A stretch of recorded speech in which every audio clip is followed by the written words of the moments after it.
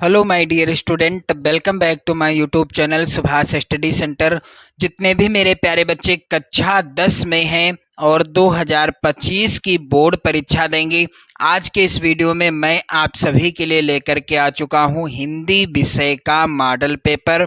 यदि आप इस मॉडल पेपर को तैयार कर लेते हैं तो मेरे प्यारे बच्चों, आप बोर्ड परीक्षा में 70 में से 70 का स्कोर बहुत ही आसानी से तय कर लोगे।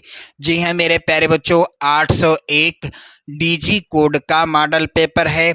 एक एक प्रश्न का मैं आपको उत्तर बताऊंगा। आज के इस मॉडल पेपर के सभी प्रश्नों को हल कराऊंगा। आप सभी को लिखने का तरीका भी पता चलेगा बोर्ड परीक्षा 2025 में। तो जितने भी मेरे प्यारे बच्चे कक्षा 10 में हैं और 70 में 70 का स्कोर आसानी से करना चाहते हैं तो आप इस मॉडल पेपर को जरूर तैयार कर लेना। मेरे प्यारे बच्चों, समय आपको 3 घंटे 15 मिनट का मिलेगा। पेपर का पूर्णांक रहेगा 70 अंकों का। नोट यहाँ पर है, प्रारंभ के 15 मिनट आपको मिलेंगे किस लिए? प्रश्न पत्र को पढ़ने के लिए, यानी पेपर को हल करने के लिए सिर्फ और सिर्फ आपके पास समय रहेगा 3 घंटे का। यह प्रश्न पत्र 2 खंडों में, खंड आ तथा खंड बा में विभाजित है या विभक्त है। पेपर 2 खंडों में विभक्त रहेगा यानी विभाजित रहेगा। मेरे प्यारे बच्चों, खंड आ में 1 अंक के बहुविकल्पीय प्रश्न हैं जिनके सही उत्तर आपको OMR उत्तर पत्रक पर नीले अथवा काले बाल पॉइंट कलम से सही विकल्प वाले गोले को पूरी तरह से काला कर चिन्हित करना है। खंड आ के प्रत्येक प्रश्न का यहाँ पर अगला निर्देश है।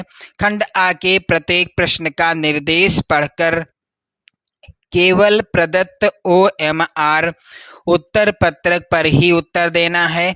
OMR उत्तर पत्रक पर उत्तर देने के पश्चात उसे नहीं काटें तथा इरेजर अथवा व्हाइटनर का प्रयोग भी ना करें। जो आपने उत्तर भर दिया, चाहे वो गलत हो या सही हो, अब आपको OMR शीट में कोई भी गोला यदि आपने गलती से गलत भर दिया है तो उसको ना तो काटना है, ना ही इरेजर से साफ करना है और ना ही व्हाइटनर का प्रयोग करना है। कुछ नहीं करना क्योंकि निर्देश में दिया है। प्रश्न के अंक उसके सम्मुख अंकित हैं। मेरे प्यारे बच्चों, खंड बा जो होगा 50 अंकों का होगा जिसमें वर्णनात्मक प्रश्न पूछे जाएंगे। अब खंड बा में सभी प्रश्नों के उत्तर एक साथ ही आपको करना होगा। प्रथम प्रश्न से आरंभ कीजिए तथा अंतिम प्रश्न तक करते जाइए। जो प्रश्न ना आता हो उस पर समय नष्ट ना कीजिए। मेरे प्यारे बच्चों, यहाँ पर खंड आ के प्रश्नों को आप लोग ध्यान देंगे, इनको आपको रट लेना है। बिल्कुल 100% की गारंटी है कि यहाँ से प्रश्न आपकी बोर्ड परीक्षा में जरूर आएंगे। मेरे प्यारे बच्चों, पहला प्रश्न है यहाँ पर, तितली किस विधा की रचना है? आप लोगों ने यहाँ पर देखा होगा 20 अंक के बहुविकल्पी प्रश्न हैं। प्रत्येक प्रश्न 1 नंबर का है और पेपर में ऑप्शन दिए होंगे A, B, C और D, जो कि यहाँ पर मिसप्रिंट है जिसके लिए सॉरी। तो मेरे प्यारे बच्चों, तितली किस विधा की रचना है? तो तितली है किस विधा की रचना? उपन्यास विधा की रचना है। और तितली के लेखक कौन हैं? तितली उपन्यास के लेखक हैं जयशंकर प्रसाद जी। मेरे प्यारे बच्चों, तितली, इरावती, अपूर्ण और कंकाल, ये 3 रचनाएं आप लोग ध्यान दीजिएगा। तितली, इरावती, अपूर्ण और कंकाल जयशंकर प्रसाद जी की उपन्यास विधा पर आधारित रचनाएं हैं। दूसरा प्रश्न है मेरे प्यारे बच्चों, रस मीमांसा के लेखक कौन हैं? तो यहाँ पर उत्तर होगा आचार्य रामचंद्र शुक्ल, यानी दूसरा वाला विकल्प सही होगा। आचार्य रामचंद्र शुक्ल जी की रचना रस मीमांसा, यदि प्रश्न आ जाए किस विधा पर आधारित है, तो यह मेरे प्यारे बच्चों आलोचना विधा पर आधारित है। अगला प्रश्न है, साहित्य और कला रचना है, तो साहित्य और कला किसकी रचना है? साहित्य और कला भगवत शरण उपाध्याय जी की रचना है। यहाँ पर दूसरा विकल्प सही होगा। प्रश्न अगला है मेरे प्यारे बच्चों, डॉक्टर राजेंद्र प्रसाद जी लेखक हैं किसके? गांधी जी के देन के यहाँ पर राइट आंसर ए वाला ऑप्शन ही सही हो जाएगा। गांधी जी की देन किसकी रचना है? डॉक्टर राजेंद्र प्रसाद जी की रचना है। अगला प्रश्न है मेरे प्यारे बच्चों, आप सभी लोग ध्यान देंगे। शुक्लोत्तर युग के लेखक कौन हैं? तो यहाँ पर विकल्प आप लोग ध्यान दीजिएगा। शुक्लोत्तर युग के लेखक हैं, दिए गए विकल्पों में से सही उत्तर क्या होगा? धर्मवीर भारती। धर्मवीर भारती की एक प्रसिद्ध रचना है जिसका नाम है सूरज का सातवां घोड़ा। आप लोग ध्यान दीजिएगा, सूरज का सातवां घोड़ा, यह इनकी प्रसिद्ध रचना है। बोर्ड परीक्षा में कई बार प्रश्न भी बन चुका है कि सूरज का सातवां घोड़ा किसकी रचना है? धर्मवीर भारती जी की रचना है। मैंने बताया ना आपको कि वीडियो आप स्किप करेंगे तो महत्वपूर्ण प्रश्न आपसे छूट सकते हैं, इसलिए आपको वीडियो स्किप नहीं करना है, बराबर बने रहना है और वीडियो को शेयर भी कर देना है। मेरे प्यारे बच्चों, यहाँ पर आप देखेंगे अगला प्रश्न है, रीतकालीन कवि हैं। दिए गए विकल्पों में से कौन से कवि हैं जो कि रीतकाल के कवि हैं? तो यहाँ पर उत्तर हो जाएगा पद्माकर रीतकाल के कवि हैं। आप कमेंट करके इनकी रचना का नाम जरूर बताइएगा। प्रश्न अगला है, छत्रसाल दशक के रचनाकार कौन हैं? तो छत्रसाल दशक के रचनाकार कौन हैं मेरे प्यारे बच्चों? महाकवि भूषण। यहाँ पर दूसरा विकल्प सही हो जाएगा। अगला प्रश्न है, तार सप्तक के संपादक हैं। तो तार सप्तक का संपादन सच्चिदानंद हीरानंद वात्स्यायन अज्ञे जी ने किया था। कब किया था? सन 1943 ईस्वी में सच्चिदानंद हीरानंद वात्स्यायन अज्ञे जी ने तार सप्तक का संपादन किया था। प्रश्न अगला है, सुमित्रानंदन पंत की रचना है। दिए गए विकल्पों में से सुमित्रानंदन पंत की रचना कौन सी है? यहाँ पर आप लोग ध्यान दीजिएगा, इसका उत्तर क्या हो जाएगा मेरे प्यारे बच्चों? युगवाणी सुमित्रानंदन पंत की रचना है। ज्ञानदीप, प्रेम वाटिका और क्षणदा किसकी रचनाएं हैं? आप लोग आंसर दीजिएगा कमेंट करके। मेरे प्यारे बच्चों, अगला प्रश्न है, सुमित्रानंदन पंत की रचना युगवाणी है। स्मृत की रेखाएं साहित्य की विधा क्या है? यानी स्मृत की रेखाएं किस विधा पर आधारित रचना है? तो मेरे प्यारे बच्चों, स्मृत की रेखाएं किस विधा पर आधारित रचना है? यह संस्मरण विधा पर आधारित रचना है। और मेरे प्यारे बच्चों, यह किसके द्वारा लिखी गई है? महादेवी वर्मा जी के द्वारा। महादेवी वर्मा जी की रचना है स्मृत की रेखाएं।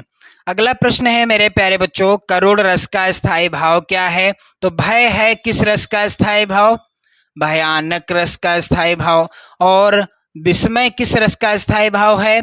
विस्मय आप लोग जो है कमेंट करके बताइएगा किस रस का स्थायी भाव है। मेरे प्यारे बच्चों, निर्वेद किस रस का स्थायी भाव है? शांत रस का स्थायी भाव है। और शोक है किस रस का स्थायी भाव? करुण रस का स्थायी भाव है। अगला प्रश्न है, पीपर पात सरिस मन डोला उपर्युक्त पंक्ति में कौन सा अलंकार है? अर्थात पीपल के पत्ते के समान, सरिस अर्थात समान, कौन डोला? मन डोला। तो यहाँ पर की क्या जा रही है, मतलब किया क्या गया है? इस पंक्ति के अंतर्गत क्या बताया गया है? मेरे प्यारे बच्चों, आप समझिएगा मेरी बात को कि पीपर पात सरिस मन डोला, यानी पीपल के पत्ते के समान हमारा या मन डोला। तो यहाँ पर की गई है क्या? उपमा की गई है। क्यों? क्योंकि पीपल के पत्ते से मन की तुलना की गई है या उपमा की गई है या समानता बताई गई है। जिस प्रकार से हवा चलने पर पीपल का पत्ता डोलने लगता है, उसी प्रकार से मन डोलने लगा। यहाँ पर उपमा या तुलना की गई है, समानता बताई गई है। इसलिए मेरे प्यारे बच्चों, यहाँ पर कौन सा अलंकार है? उपमा अलंकार है। उम्मीद करता हूँ अच्छे से समझ में आ गया होगा। चलिए मेरे प्यारे बच्चों, अगला प्रश्न है, सुनिके वट के बैन प्रेम लपेटे अटपटे बिहसे करुणा ऐन चितई जानकी लखन तनु। उपर्युक्त पंक्तियों में कौन सा छंद है? तो उपर्युक्त पंक्तियों में मेरे प्यारे बच्चों सोरठा छंद है। सोरठा छंद के पहले और तीसरे चरण में आप लोग ध्यान दीजिएगा, सोरठा छंद के पहले और तीसरे चरण में 11-11 मात्राएं होती हैं और दूसरे तथा चौथे चरण में सोरठा छंद के 13 मात्राएं होती हैं। इस प्रश्न को भी आप लोग याद रखिएगा कि सोरठा छंद के पहले और तीसरे चरण में 11 मात्राएं, दूसरे तथा चौथे चरण में 13 मात्राएं होती हैं। अगला प्रश्न है, अनुचर शब्द में प्रयुक्त उपसर्ग कौन सा है? तो अनुचर शब्द में यहाँ पर आप ध्यान दीजिएगा, यदि चर है मूल शब्द तो इसमें उपसर्ग क्या है? अनु है, क्योंकि उपसर्ग जो होता है वह किसी शब्द के पूर्व यानी पहले जुड़कर उसका अर्थ परिवर्तित कर देता है। और यहाँ पर अनुचर में उपसर्ग क्या है? अनु उपसर्ग है। मेरे प्यारे बच्चों, प्रत्यय के प्रकार हैं। प्रत्यय कितने प्रकार के होते हैं? प्रत्यय 2 प्रकार के होते हैं। प्रश्न अगला है, वेद पुराण में समास है। तो यहाँ पर आप लोग ध्यान देंगे, जहाँ पर पहला पद यानी पहला पद और दूसरा पद दोनों पदों की प्रधानता हो, जहाँ पर दोनों पदों की प्रधानता होती है वहाँ पर होता है द्वंद्व समास। और यहाँ पर जब समास हुआ है तो यहाँ पर किसका लोप हो गया है? और का लोप हो गया है। यानी इसका जब हम विग्रह करेंगे तो क्या होगा? वेद और पुराण हो जाएगा। क्या होगा मेरे प्यारे बच्चों? वेद और पुराण हो जाएगा। और जब यह समास होगा तो इस और का क्या हो जाएगा? लोप हो जाएगा, गायब हो जाएगा। क्या कहा जाएगा? यहाँ पर क्या लिखा है? वेद पुराण। यानी जैसे एक और मैं आपको उदाहरण बता दूं, राजा रानी में कौन सा समास है? तो यहाँ पर पहला पद क्या है? राजा है और दूसरा पद क्या है? रानी है। दोनों पदों की प्रधानता है, अर्थात दोनों की बराबर वैल्यू है, इसलिए यहाँ पर द्वंद्व समास है। और इसमें समास जब हुआ है, क्या हुआ है? समास जब हुआ है तो मेरे प्यारे बच्चों और विभक्ति का यानी और शब्द का लोप हो गया, तब जाकर समास हुआ। विग्रह करेंगे तो राजा और रानी हो जाएगा, इसलिए यहाँ पर है द्वंद्व समास। अगला प्रश्न है, प्रमोद शब्द का तत्सम रूप क्या है? तो प्रमोद शब्द का तत्सम रूप हो जाएगा प्रमोद। इत्यादि में संधि कौन सी है? तो इत्यादि में मेरे प्यारे बच्चों है संधि यड़ संधि। कौन सी संधि है? यड़ संधि है। अगला प्रश्न मेरे प्यारे बच्चों, यहाँ पर आप सभी लोग ध्यान देंगे, प्रश्न संख्या यहाँ पर 19 है।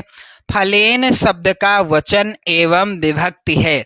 फलेन शब्द का वचन एवं विभक्ति क्या हो जाएगी? तो मेरे प्यारे बच्चों आप सभी लोग ध्यान देंगे, यहाँ पर उत्तर हो जाएगा एक वचन तृतीया विभक्ति। एक वचन यानी डी वाला ऑप्शन सही होगा। प्रश्न यहाँ पर 20 नंबर का है, यानी प्रश्न संख्या 20 है। अपठ्तम धातु रूप का वचन एवं पुरुष क्या है? तो यहाँ पर आप सभी लोग ध्यान दीजिएगा, इसका उत्तर होगा एक वचन उत्तम पुरुष। इसके बाद आप देखोगे खंड बा के अंतर्गत वर्णनात्मक प्रश्न जो कि पूछे जाएंगे 50 नंबर के। मेरे प्यारे बच्चों, पहला यहाँ पर गद्यांश जो कि कई बार बोर्ड परीक्षा में आ चुका है और 2025 की बोर्ड परीक्षा में 100% पूछा ही जाएगा।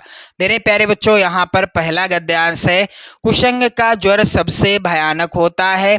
यह केवल नीति और सद्वृत्ति का ही नाश नहीं करता बल्कि बुद्धि का भी क्षय करता है। किसी युवा पुरुष की संगति, यहाँ पर संगत होगी, आप लोग ध्यान देंगे, किसी युवा पुरुष की संगत यदि बुरी होगी तो वह उसके पैरों में बंधी चक्की के समान होगी जो उसे दिन दिन अवनति के गड्ढे में गिराती जाएगी, और यदि अच्छी होगी तो सहारा देने वाली बाहु के समान होगी जो उसे निरंतर उन्नत की ओर उठाती जाएगी। पहला प्रश्न, उपर्युक्त गद्यांश का संदर्भ लिखिए।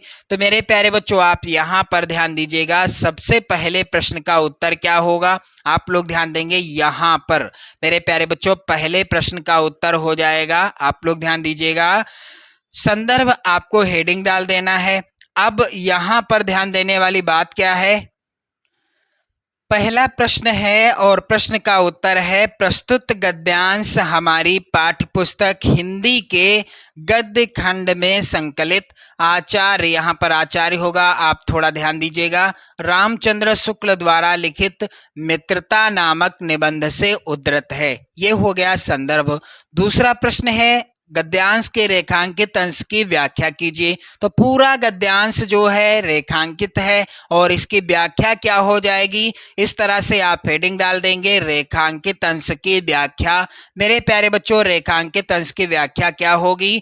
आचार्य रामचंद्र शुक्ल जी कहते हैं कि बुरे और दुष्ट लोगों की संगति एक भयंकर बुखार के समान है। जैसे भयानक ज्वर शरीर की संपूर्ण शक्ति को कम कर देता है, वैसे ही दुष्टों की संगत में पड़ा व्यक्ति अपनी बुद्धि, विवेक, सदाचार आदि को भी खो बैठता है। बुरी संगत के प्रभाव में पड़कर व्यक्ति अच्छे बुरे, उचित अनुचित का भी ज्ञान खो देता है। विशेष रूप से युवावस्था में जो लोग बुरी संगत में पड़ जाते हैं, वह कभी उन्नत की ओर यानी उन्नति की ओर अग्रसर नहीं हो पाते। सुसंगत एक ऐसी बांह के समान है जो गिरे हुए को उठाती है तथा गिरते हुए को सहारा देती है। अर्थात सत्संगत मिल जाने पर बुरी संगत में पड़ा हुआ व्यक्ति भी उन्नति की ओर बढ़ सकता है। तीसरा प्रश्न है मेरे प्यारे बच्चों, उपर्युक्त गद्यांश में सत्संगत की क्या विशेषता बताई गई है? इसका उत्तर होगा अच्छी संगत सहारा देने वाली बाहु के समान। यहाँ पर आप लोग ध्यान देंगे, सहारा देने वाली बाहु के समान होती है, जो व्यक्ति की जीवन रक्षक और उसे उन्नति की ओर, किसकी ओर? उन्नति की ओर ले जाने वाली होती है। तो ये गद्यांश सॉल्व हो गया। अब अथवा में जो गद्यांश है यह भी इम्पोर्टेंट है मेरे प्यारे बच्चों। दूसरी बात जो इस संबंध में विचारणीय है वह यह है कि संस्कृति अथवा सामूहिक चेतना ही हमारे देश का प्राण है। इसी नैतिक चेतना के सूत्र से हमारे नगर और ग्राम, हमारे प्रदेश और संप्रदाय, हमारे विभिन्न वर्ग और जातियां आपस में बंधी हुई हैं। वहाँ उन पर या वहाँ उन सब में एकता है। इसी बात को ठीक तरह से पहचान लेने से बापू ने जनसाधारण को बुद्धिजीवियों के नेतृत्व में क्रांति करने के लिए, तत्पर करने के लिए यहाँ पर थोड़ा सा मिसप्रिंट है, तत्पर करने के लिए इसी नैतिक चेतना का सहारा लिया था। अहिंसा, सेवा और त्याग की बातों से जनसाधारण का हृदय इसलिए आंदोलित हो उठा क्योंकि उन्हीं से तो वह शताब्दियों से प्रभावित और प्रेरित रहा। मेरे प्यारे बच्चों, पहला प्रश्न, उपर्युक्त गद्यांश का संदर्भ लिखिए। इसका उत्तर क्या हो जाएगा? यहाँ आप लोग ध्यान दीजिएगा, संदर्भ हेडिंग डाल देना है। संदर्भ क्या होगा कि प्रस्तुत गद्यांश हमारी पाठ्य पुस्तक हिंदी के गद्य खंड में संकलित डॉक्टर राजेंद्र प्रसाद जी के द्वारा लिखित भारतीय संस्कृति नामक निबंध से उद्धृत है। मेरे प्यारे बच्चों, रेखांकित अंश की व्याख्या से संबंधित दूसरा प्रश्न है, उपर्युक्त गद्यांश के यानी गद्यांश के रेखांकित अंश की व्याख्या कीजिए।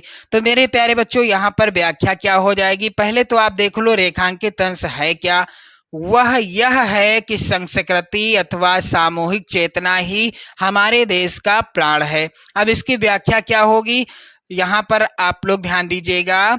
डॉक्टर राजेंद्र प्रसाद जी कहते हैं कि विचार करने योग्य की दूसरी बात यह है कि भारतीय संस्कृति अथवा भारतीय वासियों की संपूर्ण व एकीकृत चेतन शक्ति ही इस देश का क्या है?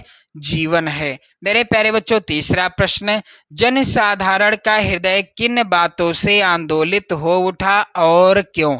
मेरे प्यारे बच्चों, यहाँ पर आप ध्यान दीजिएगा, उत्तर होगा अहिंसा, सेवा और त्याग की बातों से जनसाधारण का हृदय इसलिए आंदोलित हो उठा क्योंकि उन्हीं से तो वह शताब्दियों से प्रभावित और प्रेरित रहा। मेरे प्यारे बच्चों, अगला यहाँ पर आप देखेंगे प्रश्न, निम्नलिखित में से किसी एक पद्यांश पर आधारित सभी प्रश्नों का उत्तर दीजिए। पद्यांश है मेरे प्यारे बच्चों, चरण कमल बंदो हरिराई, जाकी कृपा पंगु गिरि लांग है, अंधे कौ सब कछ दरसाई, बहिरो सुने गूंग पुनि बोलें, रंक चलें सिर छत्र धराई, सूरदास स्वामी करुणामय बार बार बंदो तेहि पाई। मेरे प्यारे बच्चों, पहला प्रश्न है यहाँ पर, उपर्युक्त पद्यांश का संदर्भ लिखिए। तो संदर्भ क्या होगा, आप लोग ध्यान दीजिएगा। यहाँ पर सबसे पहले जब आप कॉपी में लिखिएगा तो पद्यांश के शुरुआत और अंतिम के शब्दों को लिख लेना, फिर आप संदर्भ यहाँ पर ध्यान दीजिएगा। संदर्भ क्या हो जाएगा, यह पद्यांश सूरदास जी द्वारा रचित सूरसागर नामक ग्रंथ से हमारी पाठ्य पुस्तक हिंदी के काव्य खंड में संकलित पद शीर्षक से उद्धृत है। अब यहाँ पर प्रसंग भी आप लोग ध्यान देंगे। प्रसंग क्या हो जाएगा, प्रस्तुत पद्यांश में सूरदास जी ने श्री कृष्ण की महिमा का वर्णन करते हुए उनके चरणों की वंदना की है। मेरे प्यारे बच्चों, यहाँ पर आप देखेंगे लिखा हुआ है अगला प्रश्न, रेखांकित अंश की व्याख्या कीजिए। तो मैं आपको पूरे की व्याख्या बताऊंगा, क्या पता कौन सी लाइन रेखांकित अंश के रूप में पूछ ली जाए। तो मेरे प्यारे बच्चों, यहाँ पर पूरे की व्याख्या क्या हो जाएगी, सूरदास जी कहते हैं, यानी सूरदास जी व्याख्या आप लोग ध्यान देंगे। सूरदास जी श्री कृष्ण के कमल रूपी चरणों की वंदना करते हुए कहते हैं कि इन चरणों का प्रभाव बहुत व्यापक है। इनकी कृपा हो जाने पर जाकी कृपा पंगु गिर लांघे, अंधे को सब कुछ दर्शाई। यानी इनकी कृपा हो जाने पर लंगड़ा व्यक्ति भी पर्वतों को लांघ लेता है और अंधे को सब कुछ दिखाई देने लगता है। इन चरणों के अनोखे प्रभाव के कारण बहरा व्यक्ति क्या करने लगता है, सुनने लगता है। बहिरो सुने गूंग पुनि बोलें, रंक चलें सिर छत्र धराई। और गूंगा जो है पुनः बोलने लगता है। किसी दरिद्र व्यक्ति पर श्री कृष्ण के चरणों की कृपा हो जाने पर वह राजा बनकर अपने सिर पर राज छत्र धारण कर लेता है। सूरदास जी कहते हैं कि ऐसे दयालु प्रभु श्री कृष्ण के चरणों की मैं बार बार वंदना करता हूं। तो ये हो गई मेरे प्यारे बच्चों व्याख्या। अब यहाँ पर तीसरा प्रश्न है, आप लोग ध्यान दीजिएगा। पद्यांश का तीसरा प्रश्न क्या है, आप लोग यहाँ पर ध्यान देंगे मेरे प्यारे बच्चों। तीसरा प्रश्न यहाँ पर है कि बार बार बंदो तेहि पाई में कौन सा अलंकार है। तो बार बार बंदो तेहि पाई में यहाँ पर बा वर्ण की आवृत्ति एक से अधिक बार हुई है, इसलिए यहाँ पर अनुप्रास अलंकार है। अथवा में यहाँ पर पद्यांश है मेरे प्यारे बच्चों, चढ़ चेतक पर तलवार उठा रखता था भूतल पानी को, राणा प्रताप सिर काट काट करता था सफल जवानी को। मेरे प्यारे बच्चों, इसका पहला प्रश्न है, प्रस्तुत पद्यांश का संदर्भ लिखिए। तो प्रस्तुत पद्यांश का संदर्भ क्या होगा, यहाँ पर आप लोग ध्यान दीजिएगा मेरे प्यारे बच्चों। इस तरह से संदर्भ क्या हो जाएगा, प्रस्तुत काव्य पंक्तियां हमारी पाठ्य पुस्तक हिंदी के काव्यखंड में संकलित तथा ओजस्वी वाणी के कवि श्याम नारायण पांडे जी के द्वारा रचित हल्दी घाटी शीर्षक से उद्धृत हैं। मेरे प्यारे बच्चों, यहाँ पर आप लोग ध्यान देंगे प्रसंग क्या हो जाएगा। तो प्रसंग क्या होगा, प्रस्तुत पंक्तियों में राणा प्रताप के युद्ध कौशल और उनके पराक्रम का वर्णन किया गया है। मेरे प्यारे बच्चों, व्याख्या क्या हो जाएगी पूरे पद्यांश की, चढ़ चेतक पर तलवार उठा रखता था भूतल पानी को, राणा प्रताप सिर काट काट करता था सफल जवानी को। मेरे प्यारे बच्चों, व्याख्या आप लोग ध्यान देंगे। उक्त पंक्तियों के माध्यम से कवि कह रहे हैं कि जब राणा प्रताप युद्ध भूमि में तलवार उठाकर क्या हुआ, चेतक पर सवार होकर युद्ध करते थे तो ऐसा प्रतीत होता था मानो वह अपने अंदर भूतल में स्थित पानी अर्थात असीम शौर्य को धारण कर रहे हों। अर्थात युद्ध करते हुए राजा के अंदर असीमित साहस दिखाई पड़ रहा था। वह ऐसा पराक्रमी वीर था जो शत्रु सेना के सिर काट काट कर अपनी जवानी का वास्तविक परिचय देता था।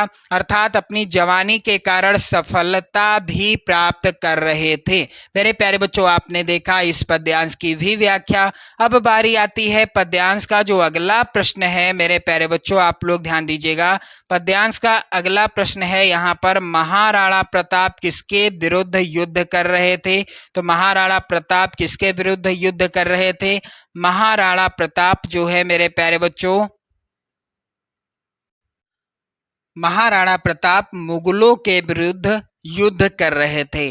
मेरे प्यारे बच्चों, यहाँ पर आप देखेंगे प्रश्न संख्या 3, निम्नलिखित में से किसी एक का संस्कृत गद्यांश जो है यहाँ पर दिए गए हैं, किसी एक का जो है आपको संदर्भ लिखना है और हिंदी में अनुवाद करना है, जिसके लिए आपको मिलेंगे 5 नंबर।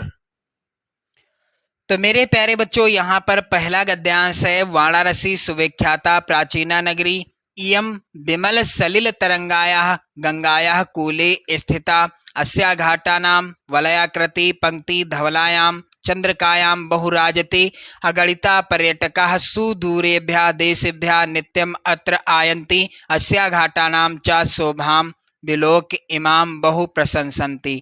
मेरे प्यारे बच्चों, इसका चलो देख लीजिए संदर्भ आप कैसे लिखोगे। तो प्रस्तुत संस्कृत गद्यावतरण हमारी पाठ्य पुस्तक हिंदी के संस्कृत खंड के अंतर्गत वाराणसी नामक पाठ से उद्धृत है। इसका हिंदी अनुवाद क्या होगा मेरे प्यारे बच्चों? वाराणसी बहुत प्रसिद्ध प्राचीन नगरी है। यह स्वच्छ जल तरंगों वाली गंगा के किनारे पर स्थित है। इसके घाटों की गोलाकार पंक्ति सफेद चांदनी में बहुत शोभित होती हैं। असंख्य यात्री दूर दूर देश से यहाँ प्रतिदिन आते हैं और इसके घाटों की शोभा देखकर इसकी बहुत प्रशंसा करते हैं। मेरे प्यारे बच्चों, यहाँ पर अथवा में जो गद्यांश है, अस्माकं संस्कृति सदा गतिशीला वर्तते, इसका भी आप लोग संदर्भ और हिंदी अनुवाद देख लो। तो यहाँ पर इसका संदर्भ क्या होगा? प्रस्तुत संस्कृत गद्यांश हमारी पाठ्य पुस्तक हिंदी के संस्कृत खंड के अंतर्गत भारतीय संस्कृति नामक पाठ से उद्धृत है। हिंदी अनुवाद क्या होगा? हमारी संस्कृति सदा गतिशील है। मानव जीवन को संस्कारित करने के लिए यह समय समय पर नई नई विचारधाराओं को स्वीकार करती है और नई शक्ति प्राप्त करती है। यहाँ हठ नहीं है। जो उचित और कल्याणकारी है वह यहाँ हर्षपूर्वक स्वीकार होता है।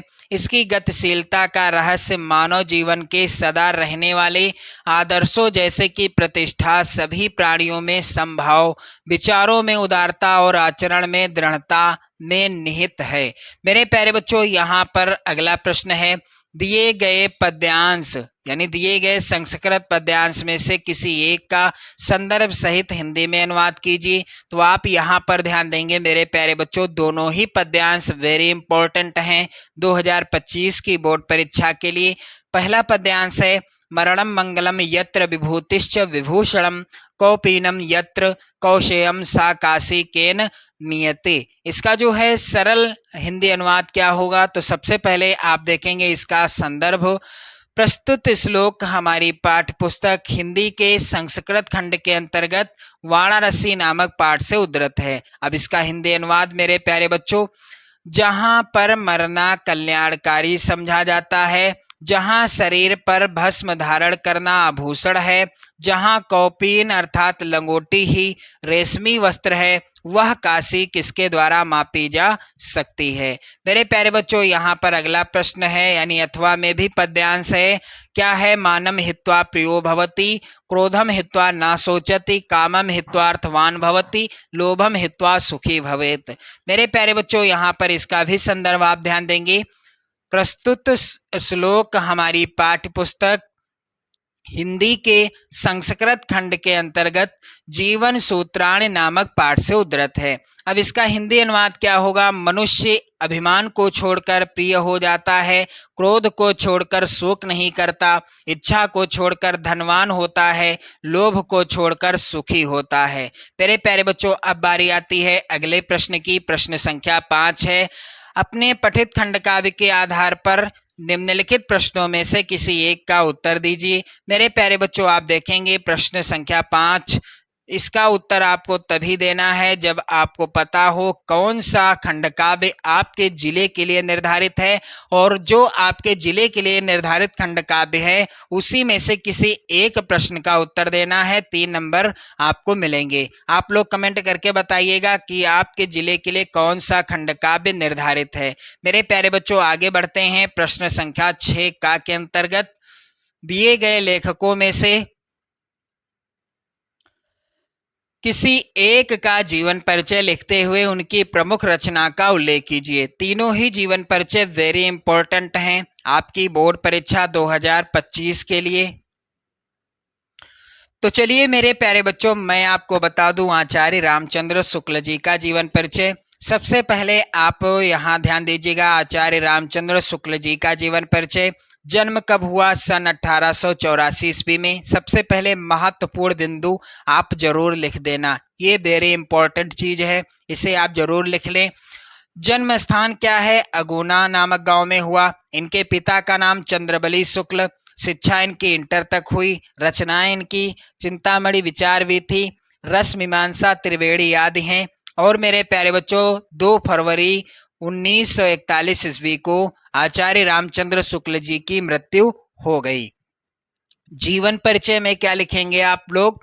पंडित रामचंद्र शुक्ल का जन्म बस्ती जिले के अगुना नामक गांव में 1884 ईस्वी में हुआ था।